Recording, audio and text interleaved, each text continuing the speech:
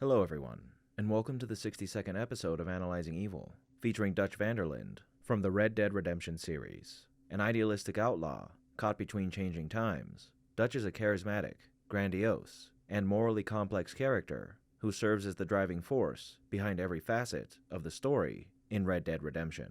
Throughout this story, we get to witness a bad apple hidden beneath its brilliant waxen skin, slowly rotting as all his desires slip through his fingers. A brutal and ruthless man with an anarchist utopian dream, a dream of a wild, lawless freedom on the open plains of a country that he believed promised just that. And in this video, we're going to explore that dream, this man's actions, and his character, taking a look at everything from the company he keeps, the clothing he wears, the words he speaks, and the circumstances that led this man to develop the beliefs that would guide him along a foolhardy path that spelled misery and death for nearly everyone he encountered. Before we get started, let's first talk about our sponsor for this video, Keeps. Keeps is an affordable online subscription service that offers clinically proven treatments designed to fight against the symptoms of hair loss. Chances are, you or someone you know has experienced some form of hair loss, as 2 out of 3 men will unfortunately experience hair loss by the time they're 35. But where there's a will, there's a way. And if you or someone you know is in the initial stages of hair loss, Keeps is here to help. Their name is no accident, as Keeps is specifically formulated to help you keep the hair you have and stimulate the growth of hair that's beginning to fade. But don't just take my word for it, as there are thousands of testimonies from satisfied customers who have found success in combating hair loss with Keeps, success that you can see in before and after pictures that are on your screen now. With the help of Keeps physicians, you'll choose products and treatments that are specific to your fur without ever having to visit a doctor's office or pharmacy. Their products are delivered straight to your door, and for any and all needs regarding Keeps, you have access to 24/7 support that includes a network of medical advisors, prescribers, and care specialists that are ready to assist you. So, my follically challenged friends, don't fret, hair loss stops with Keeps. To get 50% off your first order of this life-changing product, head to keeps.com/vile or click the link in the description. That's keeps.com/vile to start restoring your hair today. Thank you, Keeps, for sponsoring this video. Now, without further ado, let's begin. Dutch Vanderlund was born in 1855 to an English mother by the name of Greta and an unnamed father of Dutch ancestry who died fighting for the Union in the Civil War. Described as being an unruly child and adolescent who wasn't quite fond of his mother, Dutch eventually left home at the tender age of 15. Though this was likely because of his poor relationship with his mother, I imagine the reason why he had a poor relationship with her was a driving factor in his departure from home, his desire for freedom and disregard for any and all authority. There are many examples of this throughout the events of Red Dead 2, and we'll be talking about this component of Dutch quite a lot as we progress with this video. But I think it's safe to say that a man like Dutch Vanderlund, one who refuses to take orders from anybody, would also scoff at the demands of his mother, choosing instead to leave home rather than acquiesce to any sort of rules or guidance imposed upon him by her. With that in mind, a man like Dutch wouldn't leave a home dominated by another to pursue the same restrictions elsewhere, and instead of leaving in order to pursue honest work in service to another and make a decent living for himself, he chose to pursue a life of crime, a life that could afford him the luxury of ignoring the rules and laws of society in favor of his own dreams and desires. In the introduction for this video, I mentioned that we get to watch a bad apple rot further than he already had, and this is what I meant. As though Dutch isn't without his virtues, and he's complex far beyond the simple moniker of criminal, from the very moment of his independence, we find Dutch turning to harming others, whether physically, financially, or both, in order to fuel his own desires. So as noble as Dutch may seem at points in this story, it's very much worth noting that his nobility is nothing but a facade, albeit one that he genuinely believed in, and though some of the people he harms along the way may have either deserved it, or weren't so innocent themselves, Dutch has nearly always been a terribly violent and selfish criminal whose interests lay in harming others in order to secure the life he wants for himself, and to a lesser extent, those who follow him. Now, we don't know too much about Dutch's activities in these early years. We know that he joined with Hosea in the 1870s after they attempted to rob each other, thereafter forming the Vanderlund gang, and that he and Hosea attempted to scam people by selling them shares in a fake corporation, getting caught in the act, but escaping imprisonment shortly after, and robbing the sheriff on their way out. And later on, he robbed $5,000 worth of gold from a bank and distributed it amongst the poor. But aside from these scant few accounts, we hear no mention of the other crimes that Dutch committed during this time period, though they were likely numerous, and some were surely less honorable than others. Nonetheless, though he is a criminal, his career as a criminal did indeed start out more noble and selfless than others in the same field, as Dutch, in the beginning of his pursuit of his dream, played part-time as a man of the people, helping the downtrodden members of society, abandoned by what he saw as an overreaching and incompetent government, providing them with assistance in any way he was able to, and for a select few, that meant saving them from terrible conditions by inducting them into his gang. We don't know exactly how many people have been a part of the Vanderlund gang over its near quarter-century existence, but those we do know of all more or less found their way into Dutch's ranks in the same way. Arthur Morgan, the first member to join with Hosea and Dutch, was saved from life as a street urchin by the pair. John Marston was saved by Dutch and Hosea from the hangman's noose after stealing from a group of homesteaders. Javier Escuela was noticed by Dutch while both of them were attempting to steal chickens, and noticing the poor condition of the starving man, Dutch took him under his wing to give him a better life. Abigail was a prostitute, Bill Williamson a veteran turned drunk, Charles a veritable orphan with no family, and on come the poor downtrodden souls in need of a better life. There are exceptions, of course, like Micah, who seemed to be your run-of-the-mill outlaws, running with the Vanderlund gang because of a common cause and an attraction to Dutch's idealism. But it's far more common that the people who find themselves joining this gang were at some point destitute and in need of help that Dutch was more than willing to provide. This is perhaps Dutch's greatest virtue, as there are men like his rival, Colm O'Driscoll, who operate as we've come to expect many criminals to operate, as a merciless thug, spreading mayhem and misery throughout the world for no other reason than his own personal gain. But Dutch, at least in the beginning, had a genuine desire to help people by acting as a sort of Wild West Robin Hood, a man leading an organization that sought to fight against the powers that he believed were actively sapping away the freedoms promised to the American people by their forefathers. However, his compassion for the less fortunate is a double-edged sword, even if he's unaware that that's the case, as there are no better people to attract as followers to your cause than the less fortunate. While perhaps not at the front of his mind, Dutch had to be aware to some extent that the surest way to ensure the loyalty of those in his gang was to recruit from the ranks of the less fortunate, as a savior is a person who can inspire loyalty to a much greater degree than just a gang leader looking to pad his ranks with hardened criminals. So with all this in mind, before the events of the Blackwater Massacre as it would come to be known, Dutch is best described, at least on a surface level, as an idealistic outlaw, committing crimes in the name of the creation of what he calls a savage utopia, a man of great compassion and merciless brutality, who steals from the rich to provide for the poor and tear down the society he believes the rich have built in error, piece by piece. During and afterwards, however, this notion starts to crumble, and along with it, the faith that the members of his gang once had in him. Whether this heist was one that Dutch genuinely believed would benefit the gang, or one that Micah convinced him would, is unknown. But either way, due to the outcome of this endeavor, I have a feeling that this event was more of a desperate and ill-thought-out attempt at furthering his cause than a foolproof plan. Time is marching forward, and with it, the destruction of the ideal life that Dutch wishes to live. And due to the encroaching darkness that Dutch envisions, I think it's fair to say that his plan to rob the ferry at Blackwater was done more out of desperation than anything else. And where before Dutch may have taken more consideration when planning a robbery like this, he instead hastily agrees to carry out this robbery that was suggested to him by one of the newest, sycophantic, and most untrustworthy members of his gang. Obviously, we have no way of knowing if any of this is true, as the details of this moment in Dutch's history is told to us in conflicting ways by several different individuals throughout this story. But I think it's a fairly accurate guess as to why this particular robbery ended so poorly for the Vanderlund gang. However, if you disagree, or with any supposition I make in this video for that matter, feel free to let me know down below. Whatever the case may be, this is the beginning of the end for the Vanderlund gang. As though some members of the gang have been disillusioned with Dutch's leadership for some time, this failed robbery spread dissent among a good portion of his ranks that hadn't been there before, sparking further doubt within Hosea and John, and new doubt within Charles, Arthur, and Lenny, to name a few.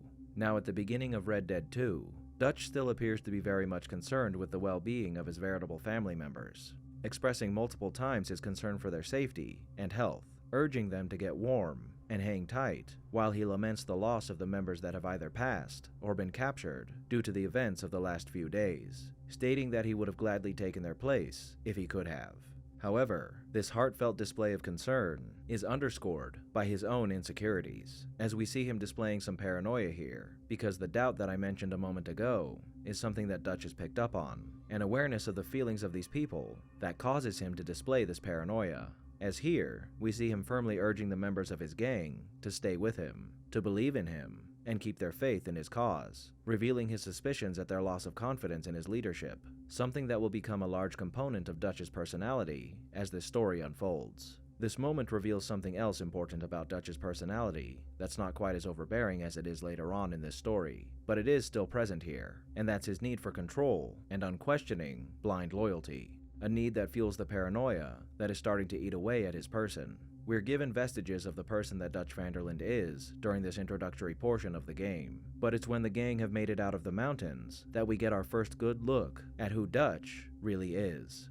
Standing in the middle of camp, dressed in finery and jewelry, we see a man who looks out of place amongst his compatriots whose outward appearance embodies the spirit of his message much more than he does. Looking more like the rich captain of industry he vehemently opposes than a Western Robin Hood and ally of the poor. Now, who's to say that the leader of any organization doesn't deserve further reward for the efforts of his group than the rest? But considering the cause that Dutch is fighting for, his display of wealth and luxury doesn't fit with the message he espouses. I'm sure this wasn't always the case, but save for a photo of Dutch, Hosea, and Arthur that he keeps on his wagon, we can't say what Dutch looked, acted, or spoke like during his early years, but we're given more than enough during our time interacting with the man between these two games to know that he was likely always a charismatic, outspoken, and at least, before everything starts falling apart, a relatively jovial man. His mannerisms are often warm and affectionate, and we often find Dutch with a smile on his face and a laugh ready to be shared with those around him. Though this is often the case, he shows a wide range of emotions throughout this series, and at varying points in this story, we can visibly see everything from the deepest sorrow to the most righteous anger. His voice is perhaps the most key element of his entire persona. His skills as an orator are shown to us frequently throughout this story, as we often see Dutch making passionate speeches to his followers, instilling hope in them and comforting them during their struggles. However, he's also fond of impromptu speeches, and on occasion, you can find Dutch belting out a sermon from his makeshift pulpit, reminding the gang of their vision, their goals, and that there's somehow pride in what they do.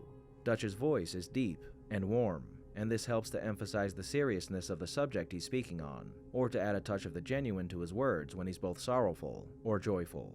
An interesting aspect of Dutch's speech patterns are his voice cracks, which were added to his character intentionally by the writers. These voice cracks convey two things to us. The first is his passion, as his voice often cracks when he's emphasizing words in heated conversation or during one of his speeches, which gives us the sense that Dutch is so entirely genuine and passionate about what he's speaking on that it overwhelms him to the point of causing these cracks. The second thing it tells us is just a maybe, but Dutch is not only good at talking, he loves to talk, and the way I see it, it felt like these cracks were also added to his character to show us that this man is so fond of hearing his own voice that he puts strain on it from speaking so much, causing his vocal cords to falter. Either way, it still humanizes his character and further helps to create the image of a man who's totally dedicated to his cause. Now, aside from being charismatic and magnanimous, Dutch is incredibly charming, and the strong sense of camaraderie he displays with the members of his gang serve to bolster his image as a fast friend, caring leader, and a man of the people,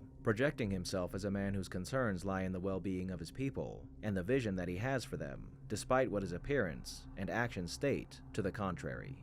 However, this image of the valiant leader fighting against the machine that is Dutch Vanderlund begins to crack, and the repetitive reassurances of a man increasingly worried about the validity of his cause, how best to execute it, and his inherent selfishness start to emerge. An interesting and subtle way that we're shown Dutch's selfishness is found in the upgrades you're presented with for the camp. Before upgrading your own lodgings, or the lodgings of others, you have to improve Dutch's campsite. and while this is never addressed by any of the characters in-game, it does convey to us a very harrowing message that was already somewhat present in his choice of attire, one that serves as a harbinger for the future that awaits the members of the Vanderlund gang. Dutch comes first. This unfortunate reality, at the heart of Dutch's schemes, becomes more and more apparent as time goes on, as though the gang's endeavors between chapters 2 and 5 are underscored by Dutch's constant reassurances that the next score they take will be the last. The members of the gang that had already begun to doubt him have now moved into the realm of having a near-complete lack of confidence in their dear leader.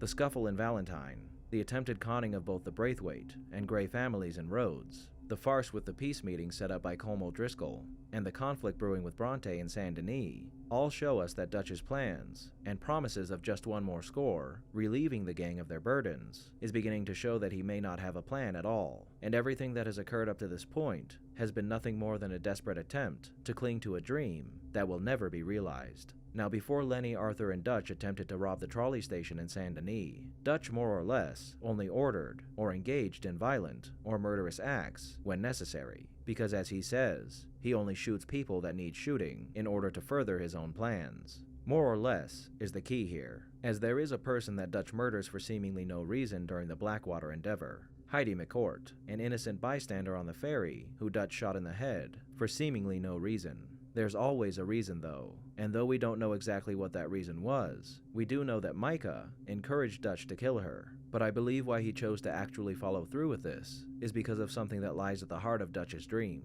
anger. In any endeavor where one is fighting against a hated foe, there's bound to be anger. Dutch doesn't show this anger all too often, but he is angry at the government and society, and now that his plans are beginning to fail, he's also angered by the terrible situations he finds himself in. And though we have no way of knowing for sure, my guess is that Dutch killed Heidi here in a fit of blind rage, killing her for no other reason than he was enraged and needed a target for this rage. Why I believe this to be true is because of the other murders we see him commit that have little reason behind them later on in the game. Those being the murders of Angelo Bronte, the old woman on Guarma, and Leviticus Cornwall. These murders, which we'll cover more in depth in a moment, are a symptom of Dutch's increasing loss of control over his gang and his dream. But the cause of this loss of control is something we need to cover before going any further into his character.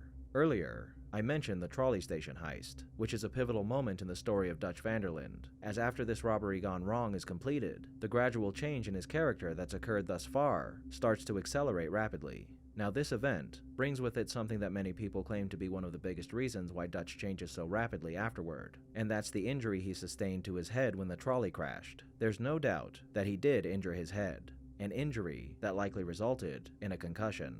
But I'm not convinced that this injury caused such an overwhelming change in the makeup of his brain.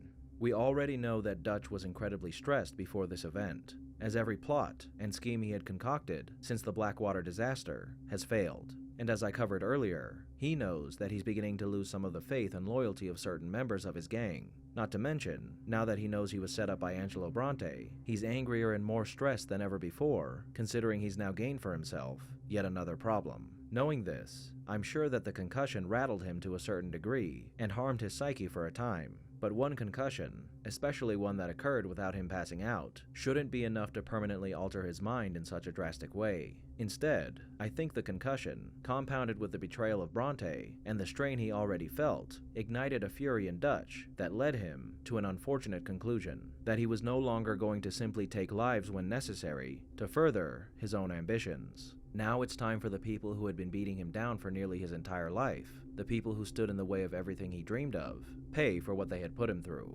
How dare a man like Angelo Bronte, a worm, a snake, the man who kidnapped a child he loved, and a representative of everything that Dutch despises, think that he could ever be above a valiant man like Dutch Vanderlund? And furthermore, how dare he betray his confidence, endanger his life, and cause his person physical harm? So, Dutch feigns reason when planning to assault Bronte's compound, stating that in order to rob the bank, they needed to rid Saint Denis of Bronte and his men, because they would surely stop them if they aren't dealt with.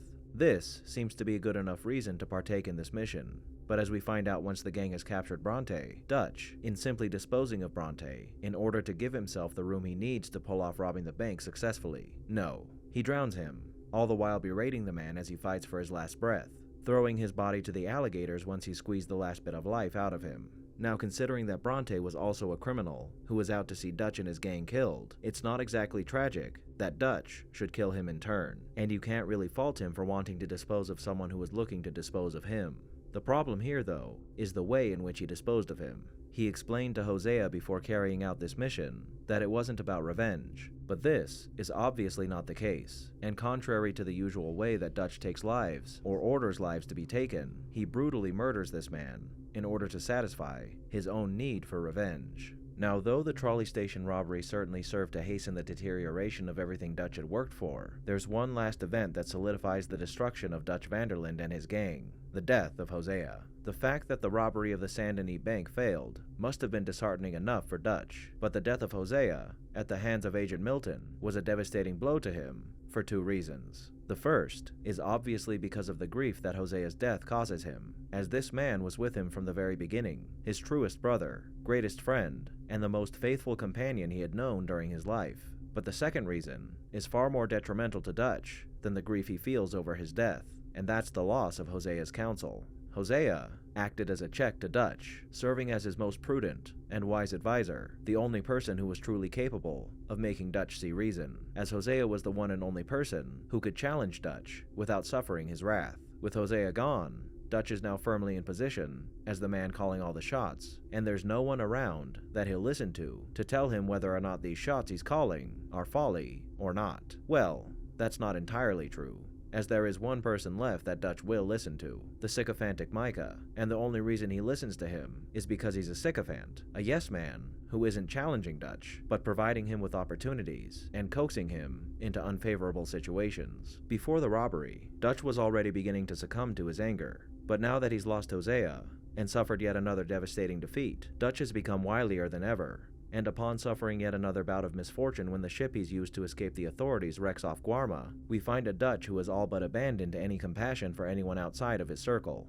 This is most apparent when he commits the second unnecessary murder we're privy to, the murder of the old woman who guides them through the caves on Guarma. This woman attempted to intimidate Dutch into giving her more money with a knife, but as we can clearly see, she was a feeble old woman, and Dutch had an easy enough time disarming her, so there wasn't much of a threat to his life. When Arthur asks why he killed her, his response is shoddy at best, stating that he knows some Spanish and that she was going to betray them. However, moments later, he states that it was in her eyes, and when Arthur counters that he thought he knew Spanish, Dutch states that he knows people, and deflects further questioning with a blanket statement about how he's trying his best. Something we haven't discussed just yet is the fact that Dutch is an experienced manipulator, and with manipulation comes lying. His skills as an orator and conversationalist, along with his innate charm, make him a man capable of convincing others of his good intentions, while guiding them along the path he needs them to take. The Braithwaites, the Greys, the Pinkertons, the Native Americans, the members of his gang,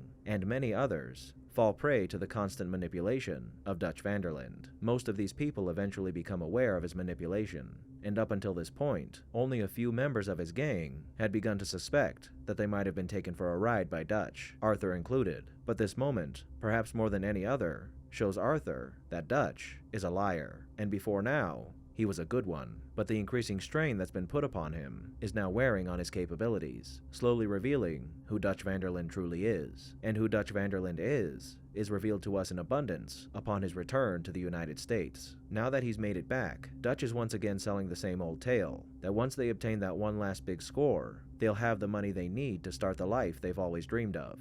Dutch has concocted, with the help of his faithful advisor Micah, a new way to achieve this. Where before, Dutch always spoke about robbing people or institutions as quietly as possible and slipping away before the authorities caught wind of their misdeeds, now he wants to create as much noise as he can in order for his gang to make their escape, while his enemies are lost in the confusion of chaos. And now that he's more paranoid than ever, he's beginning to abandon one of the core tenets of his philosophy: nobody gets left behind. When Arthur asks if Dutch wants to rescue John, he refuses and tells him it isn't the right time to do so. But in reality, Dutch is worried that John is a traitor. Back on Guarma, he had a conversation with Arthur regarding all the misfortune that had occurred recently, and states that he can't help but think that this was all going according to someone's plan, and that someone is the person who's the lover of the woman who somehow managed to slip away during all the confusion in Saint Denis. When you rescue John from prison with Sadie, Dutch acts just as Arthur predicted he would, with rage, telling John that he was going to come for him, but the time wasn't right, and now that they've increased the already intense amount of heat that surrounds the gang, he states that Arthur and Sadie may have doomed them all. However, Dutch, being oh so worried about how much heat is being attracted to the gang by Arthur and Sadie's actions, is nothing but deception, designed to convince them that he meant to save John at some point. As soon after John is saved, Dutch accompanies Arthur and Micah to Annisburg to meet with Leviticus Cornwall to broker a truce with him, but instead of attempting to negotiate with this man, he kills him, which, if you're looking to lie low, killing the head of a corporation whose business is intertwined with the US government isn't the best way to go about it. This is the third time now that we see Dutch killing someone purely out of spite, as though he claims this was necessary. It very much wasn't so, and I believe this murder is meant to show us that Dutch doesn't care much for achieving his dream anymore. He doesn't want to earn enough money to ensure a better life for him and his people. He wants to fight. Dutch realizes now that there's no running away anymore. He's never going to be able to bring about the change in society that he so desires, and in lieu of that, he's going to cause as much mayhem and misery as he can, dealing blows to the entities he believes are responsible for the ruination of the world and the ruination of his life.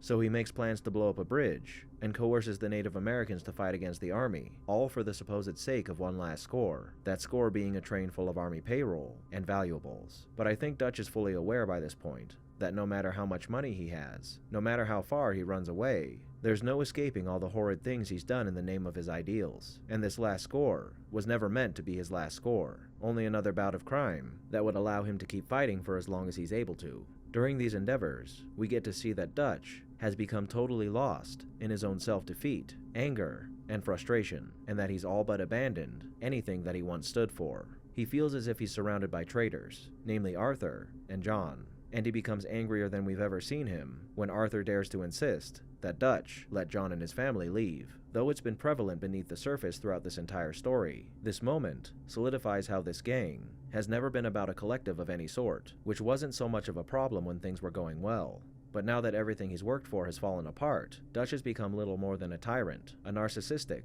self-important tyrant who can't bear all the failures that have occurred on his watch, or any challenge to his rule, even if those challenges come in the form of good advice and concern for his own health and the health of those he cares for. To make matters even worse, his paranoia and distrust of his compatriots has caused him to abandon his principle of never leaving anyone behind, as we find him willfully condemning Arthur, John, and Abigail to die, leaving to die the two men he had regarded as his own sons, a father gone so far off the deep end that any love he once held for those closest to him has completely evaporated. After officially leaving Arthur to die, Dutch makes an unexpected choice. He chooses to leave behind his entire gang, seemingly sending himself into a self-imposed exile, a defeated man whose purpose in the world has been annihilated by his own misguided attempts at securing it in such a horrid way. 8 years later, during the standoff on Mount Hagen, is still holding on to the hostile personality he displayed before the gang disbanded, as we see him chastise John for betraying him, but that quickly changes when he shoots Micah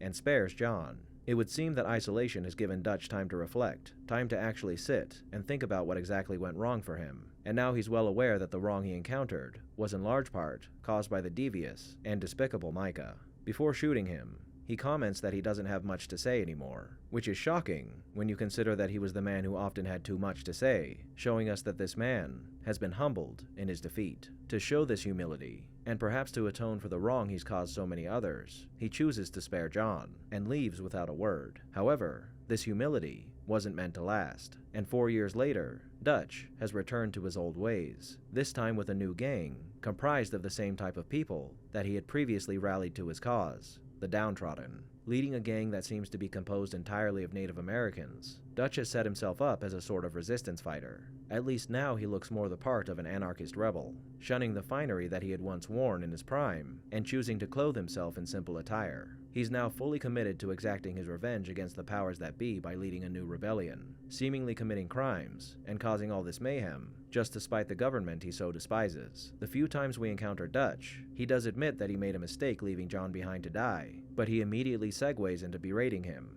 and his wife, telling John that he married a whore and that every member of his gang slept with her. Though he tried to make one last stand and destroy the people he believed needed destroying, Dutch inevitably fails, and upon failing, he touches upon the very reason why he was destined to fail all along. We can't always fight nature, John. We can't fight change. Can't fight gravity. We can't fight nothing. My whole life, all I ever did was fight. Then give up, Dutch. But I can't give up, neither. I can't fight my own nature. That's a paradox, John. You see? And that's something that I'd like to touch on before we sum up the man that was Dutch Vanderlund. Dutch believed that if he fought long and hard enough, he could reverse the changes that were occurring in society and lead his people towards a brighter future, one that consisted of living life the way he believed it was intended to be lived, wild and free, with no overbearing government authority breathing down your neck and telling you how to live, no matter the harm that he caused others along the way. The problem with this system of beliefs is that harm. Dutch was essentially engaged in a rebellion, and unfortunately, you can't fight a rebellion without harming others along the way, and sometimes the people you harm deserve what was coming to them, but there are countless others who end up becoming unfortunate casualties along the way. Let's compare Dutch's actions to one of the greatest rebellions in our history, the American Revolution. Is it fair to say that in the struggle for independence, every soldier who fought on behalf of the British Empire deserved to die for their participation in the war? Of course not, and as much can be said for any struggle fought throughout our history, be that war, revolution, or otherwise. A man or woman who belongs to an organization doesn't necessarily represent the crimes committed by that organization, perceived or real. So, with that in mind, we can call many of the deaths that occur in these violent struggles not deserved, but unfortunately necessary. As though perhaps the soldiers I've named in this particular example didn't deserve to die, they had to die due to the nature of revolution. And without revolution, violent or otherwise, the evils of the old world would either never have been done away with, or it would have taken much longer for these institutions to crumble at the expense of countless others. Now, the thing about the revolution that Dutch is advocating is that though I'm sure he'd very much like to compare it to the American Revolution, it's decidedly not as valiant or honorable as freeing a nation from the clutches of a royal overlord. Dutch's struggle against the American government and society in general sometimes involves fighting against agents of that government, like soldiers or lawmen. But even then, his fight against these men, though he thinks so, isn't born out of a desire to shirk oppression, but to revert society to a baser form, due to his perception that this is the way things ought to be. He feels oppressed simply by society in general, and his issue isn't necessarily with an unjust government exploiting others, but with the fact that the government exists at all, and that it's actively changing the world in a way he despises. In pursuing this vision, these men and women who lose their lives because of Dutch's need for freedom lose them while simply doing their jobs. I'm sure Dutch views them as either unfortunate casualties brought on by a revolution or extensions of the evil entities he's struggling against. But in reality, these people are again simply doing their jobs. As much as men like Leviticus Cornwall are likely exploiting the land and the people who live on it, do the men who work for him deserve to die? Likewise, do bank tellers, train conductors, wagoneers, guards, or innocent bystanders caught in the crossfire deserve to die as well? And all for the sake of Dutch and his dream? I think not.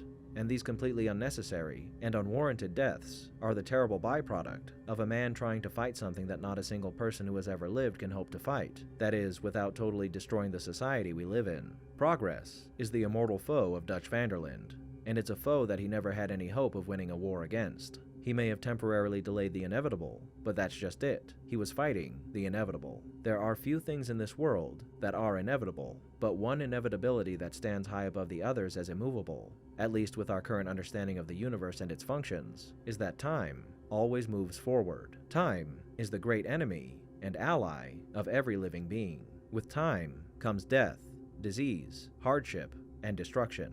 But alongside these terrible inevitabilities comes progress, prosperity, and the promise of a better tomorrow, one where the problems of yesterday are solved by the continued perseverance of those that are willing to fight against the ailments that plague our society. Dutch, though he believed himself to be a paragon of the latter, was unfortunately an agent of the former, a man whose mind was caught in the charm of a world that once was, a world that no doubt had its virtues, but one that was destined to fade, as all things do. Clinging to the hope that the world could stand still for Dutch, he lived his life in pursuit of this lofty goal by bringing misery and pain to others. And though he eventually realized that you can't fight change, Dutch couldn't handle simply giving up and sitting by as the world turned more and more into a place he could hardly stand. So Dutch Vanderlund, till the very end, remained a fighter, a rebel with a cause that was doomed to fail. And in the end, who was Dutch Vanderlund? He was a man who lived his early life in the romantic era of American history that was the Wild West. A man who became so enraptured with this world of wild freedom that he never wanted it to end. To achieve his dream of creating an everlasting Wild West, Dutch took to committing crimes and taking advantage of others to build a fortune that could finance this dream and turn it into a reality. In doing so, he acted for a time as a modern-day Robin Hood, leading his band of merry men and women to score after score as they helped the needy along the way. Though initially it seemed his dream was to bring this fantasy to life for the sake of not only himself, but others, this ended up not being the case. Over time, the legend of Dutch Vanderlund began to deteriorate as he revealed his true nature, that of the selfish and callous man who, while genuinely caring about many of the people who joined with him, cared little about their health when reality started to set in. And that reality is that no matter how hard he fought, no matter who he robbed, killed, or defrauded, Dutch's dream was just that, a dream.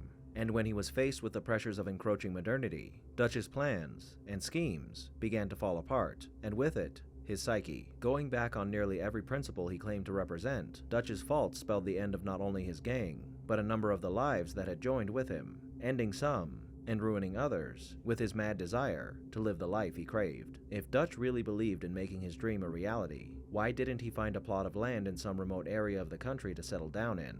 Sure, he would have been taxed to some degree, but he would have been able to live his life how he wanted to, with only small inconvenience. Funnily enough, in a journal entry, Arthur states that Dutch had a lead on some land that the gang could purchase and finally settle down on, but that fell through one way or another. And I'm sure it fell through because of what I mentioned earlier in this video, the fact that Dutch, somewhere along the way, decided that he never actually wanted his dream to become a reality. He just wanted to fight, and fight he did, to his very last, taking with him to his grave the countless lives he had desecrated along the way. Dutch Vanderlund was a charismatic, idealistic, and charming man who held a dream of freedom and isolation, a worthy dream that one can achieve if they so wish. But the road that Dutch took to achieve this dream, as rather than work in a legitimate way to provide him the means to realize this dream, he preferred a life of crime, one that would bring ruin to not only those who he robbed and murdered, but to himself and those that he claimed to be his own family. In the end, Dutch Vanderlund may have had lofty goals and noble ideas, but he remained a self-centered, violent, and merciless man who had no reservations about stacking up bodies in order to achieve his dreams, leaving him the king of a land that never would be, and a man who unfortunately succumbed to the creeping influence of evil. Thank you all for tuning in to this episode of Analyzing Evil, and I hope you've enjoyed. What are your thoughts on Dutch? Did I miss anything? Let me know down below, and leave a suggestion for a villain you'd like to see featured in a future episode while you're at it. If you liked this video, hit that thumbs up button, and make sure to subscribe if you haven't already. A big thank you to all of my subscribers, and to my patrons, and a most vile thank you to those whose names you're seeing on screen now.